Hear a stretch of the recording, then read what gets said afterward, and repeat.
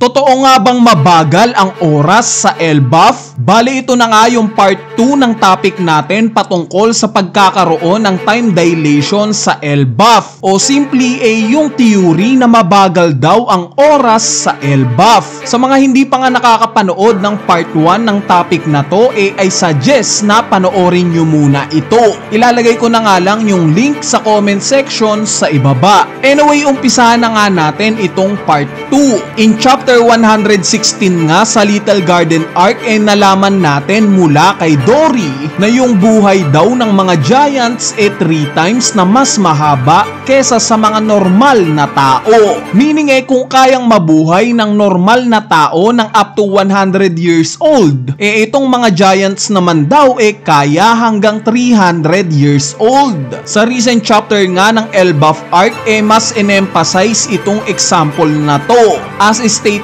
nga 45 years old na daw itong si King Herald sa flashback. Pero ang katumbas nga daw neto in human years 15 years old lang. Meaning kung susumahin 15 years old lang talaga itong si King Herald. So sa same chapter nga na to in-open up ni Luffy kay Dory yung patungkol sa paglalaban daw nila ni Brogy na umabot na daw ng 100 years. Itong impormasyon nga na to kinagulat obviously ni Luffy. Pero para kay Dory nga wala lang daw itong 100 taon. Since para sa kanilang mga giants nga 3 beses daw ang lifespan ng buhay nila kesa sa mga normal na tao. Ngayon dito nga tayo mapapaisip sa sinabing to ni Dory. Ang ibig sabihin kaya niya dito itong 100 taon na naging paglalaban nila ni Brogy sa Little Garden para sa kanilang dalawa 33 years pa lang ang lumilipas imbes na 100 years. Kung i-breakdown nga natin itong perception na to ng mga giants sa oras, yung 30 years nga para sa mga normal na tao 10 years lang para sa mga giants. Itong 3 years naman para sa mga tao 1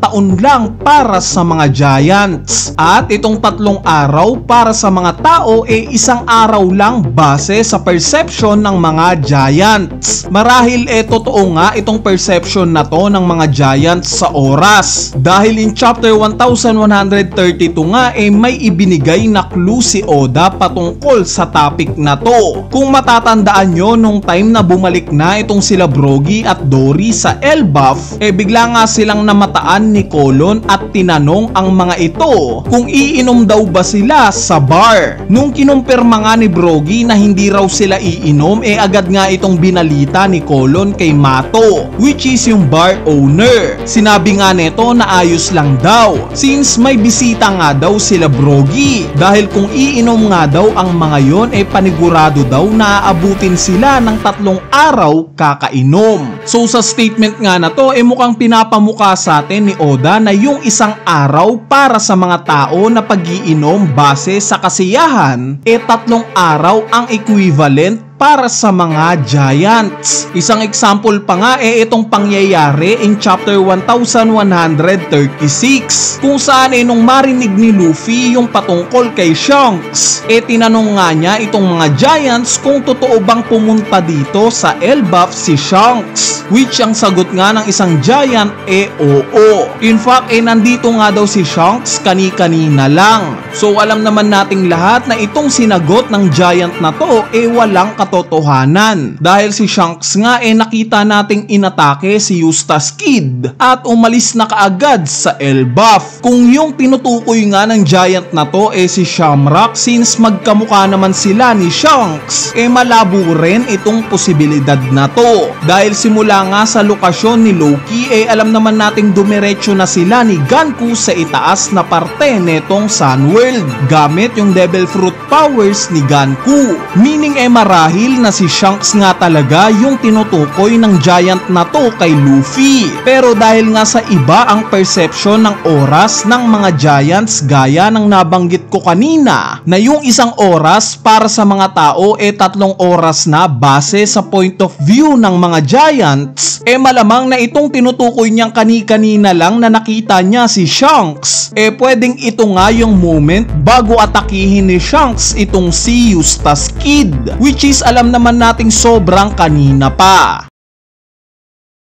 So ngayong na-establish na nga natin yung idea na wala naman talagang time dilation sa Elbaf, bagkos yung perception lang o point of view ng mga giants sa oras ang mabagal, dito na nga natin mapapasok yung quote ni Lewis Arnott na wag daw magtatagal sa Elbaf itong Straw Hat Pirates. Hindi kaya ang ibig sabihin ni Lewis Arnott sa quote na to wag magtagal sila Luffy sa Elbaf dahil magagaya sila sa mga giants, magagaya silang babagal na rin ang magiging perception nila sa oras. Kumbaga sa paningin ng mga giants isang araw pa lang ang lumilipas. Pero in reality sa labas nga nitong Elbaf 3 araw na talaga ang lumilipas. Bale ang example nga natin sa sitwasyon na to itong naging flashback ni Scupper Gaban, kung saan nabanggit nga niya kay Shanks na para sa kanya daw 3 taon pa lang simula nung mabuwag na ang Roger Pirates, which is kinorek nga siya ni Shanks at sinabing actually 10 taon na daw talaga ang lumilipas. Hindi kaya ito ang naging epekto kay Gaban sa pananatili niya sa Elbaf kasama yung asawa niyang giant na si Ripley? Gaya kaya kay Ripley na nape-perceive yung oras na mabagal, ganito na rin ang naging perception ni Gaban sa oras. Akala niya 3 taon pa lang simula nang mabuwag ang Roger Pirates, which in reality 10 taon naman na talaga. Anyway, ang magiging tanong na nga ngayon sa sitwasyon na to, kung totoo ngang mabagal na rin ang tingin ng Straw Hat Pirates sa oras gaya sa mga giant, gaano na ba talaga katagal sila ngayon na nananatili sa Elbaf? Hindi ba nila namamalayan na 1 linggo o 1 buwan na talaga ang lumilipas? Dahil kung si Imo nga ang tatanungin, masyado siyang nababagalan sa misyon ng mga Holy Knights, which is sa point of view nga nating mga viewers, kakarating lang ng mga ito sa Elbaf. Hindi kaya isa ito sa foreshadowing na totoo ngang mabagal ang oras para sa mga giants? Anyway, para sa inyo ba? Anong thoughts nyo sa mabagal na oras sa mga giants? Para sa inyo ba meron talagang time dilation sa Elbaf? O similar sa idea ng video na to sa tingin nyo yung perception lang talaga ng mga giants sa oras ang mabagal? Kung may thoughts o idea nga kayo, i-comment nyo na lang yan sa ating comment section sa ibaba para mapag-usapan natin yan. So yun lang, peace! If I could only write one thing about this enticing nation, it would be this: do not linger there for too long.